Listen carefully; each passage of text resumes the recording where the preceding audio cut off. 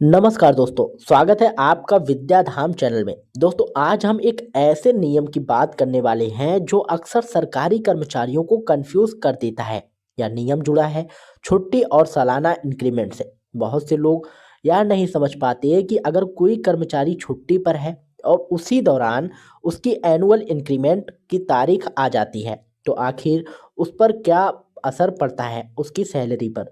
तो आज इस पूरे नियम को हम बिल्कुल आसान भाषा में समझेंगे। यह जानकारी खास तौर पर सरकारी कर्मचारियों के लिए बहुत ज़रूरी है। आप यह वीडियो विद्याधाम चैनल के माध्यम से देख रहे हैं। जरा एक सिचुएशन सोचिए, कोई कर्मचारी छुट्टी पर है, आराम कर रहा है और कैलेंडर में आज उसकी एनुअल इंक्रीमेंट की तारीख है। मान लीजिए 1 जुलाई। अब सवाल उठता है कि क्या उसे उसी दिन से बढ़ी हुई सैलरी मिलने लगेगी। यह एक बहुत कॉमन लेकिन बेहद ज़रूरी सवाल है और इसका सीधा जवाब है नहीं। आपने बिल्कुल सही सुना, इसका सीधा जवाब है नहीं। उस दिन इंक्रीमेंट का जो मॉनेटरी बेनिफिट है, यानी कि बढ़ी हुई सैलरी, वह तुरंत नहीं मिलेगी। लेकिन घबराने की ज़रूरत नहीं है, क्योंकि मामला यहीं ख़त्म नहीं होता। असल में यह एक बहुत ज़रूरी कॉन्सेप्ट काम करता है जिसे कहा जाता है नेशनल इंक्रीमेंट। इसे समझना बहुत आसान है। इंक्रीमेंट की तारीख यानी कि ड्यू डेट, जैसे 1 जुलाई, वह नहीं बदलती। उस दिन आपकी इंक्रीमेंट आपके सर्विस रिकॉर्ड में दर्ज हो जाती है, लेकिन उसका पैसा यानी कि बढ़ी हुई सैलरी तब तक नहीं मिलती जब तक आप छुट्टी से वापस आकर ड्यूटी ज्वाइन नहीं कर लेते। आसान शब्दों में कहें तो आपकी इंक्रीमेंट की तारीख नहीं रुकती, सिर्फ उसका रुकता है तो पेमेंट। अब यहाँ एक और बहुत ज़रूरी बात समझनी होगी। छुट्टी की अवधि के लिए कोई एरियर नहीं दिया जाता, यानी जिस दिन आप ड्यूटी ज्वाइन करेंगे उसी दिन से आपको बढ़ी हुई सैलरी मिलना शुरू हो जाएगी। छुट्टी के दौरान जितने भी दिन रहें, उन दिनों के लिए वही पुरानी सैलरी मिलेगी जो छुट्टी पर जाने से पहले मिल रही थी। लेकिन हर नियम की तरह यहाँ भी एक बड़ा अपवाद है और यह सबसे ज़्यादा ज़रूरी हिस्सा है। यह अपवाद है कैजुअल लीव, यानी कि CL।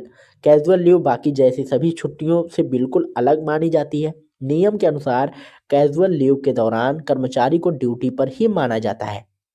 इसी वजह से अगर कोई कर्मचारी अपनी इंक्रीमेंट के तारीख को CL पर है, तो यानी कि कैजुअल लीव पर है, तो उसे उसी दिन से इंक्रीमेंट का पूरा फ़ायदा मिल जाता है। उसकी सैलरी में कोई रुकावट नहीं आती।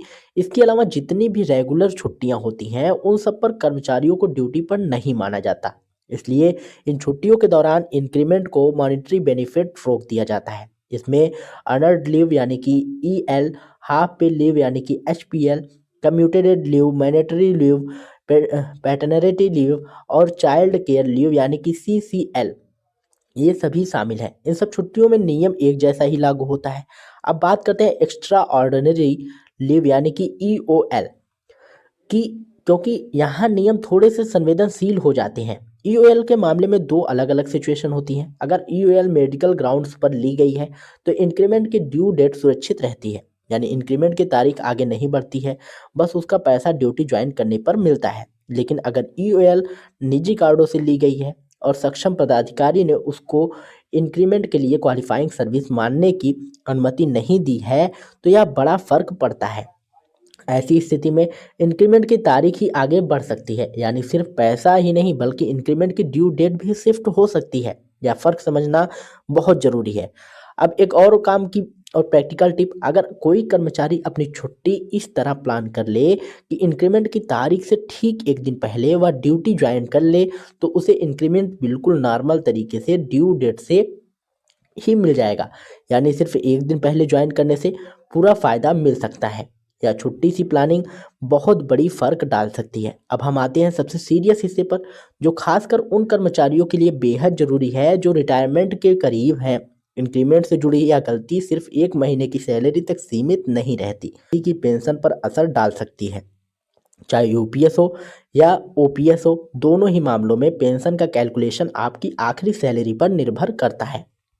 अब जरा सोचिए, अगर किसी कर्मचारी का एक इंक्रीमेंट मान लीजिए 2000 का है, उसकी आखिरी सैलरी में शामिल नहीं हो पाया, तो नुकसान सिर्फ 2000 का नहीं बल्कि पेंशन में या हर महीने करीब 1000 तक की कमी कर सकता है। यानी साल भर में 12,000 और 20 साल तक पेंशन चली तो 2,40,000 से भी ज़्यादा नुकसान हो सकता है। यह एक छोटी सी चूक का बहुत बड़ा लंबा असर दिखता है। इसलिए यह सलाह बेहद ज़रूरी है कि अगर रिटायरमेंट अगले 12 महीनों के भीतर है, तो इंक्रीमेंट की तारीख को किसी भी तरह की छुट्टी लेने से बचे, सिवाय कैजुअल लीव के। अगर कोई कर्मचारी इंक्रीमेंट की तारीख पर छुट्टी पर रहा है और ड्यूटी ज्वाइन किए हुए बिना रिटायर हो गया है, तो वह बढ़ी हुई सैलरी उसकी पेंशन कैलकुलेशन में शामिल नहीं होगी।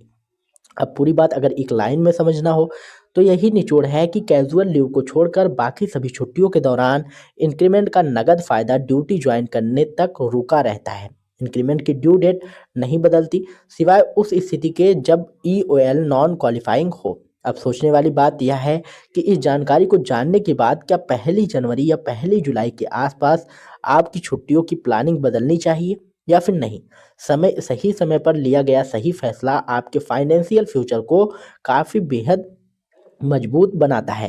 तो दोस्तों, आशा करता हूँ ये जानकारी आप लोगों को पसंद आई होगी। अगर जानकारी पसंद आई हो तो वीडियो को लाइक करिएगा, शेयर करिएगा और यदि चैनल पर पहली बार आए हो तो चैनल को सब्सक्राइब जरूर करिएगा, ताकि आपको भविष्य में ऐसी जानकारी मिलती रहे। मिलते हैं नई वीडियो में नई अपडेट के साथ, तब तक के लिए जय हिंद, जय भारत।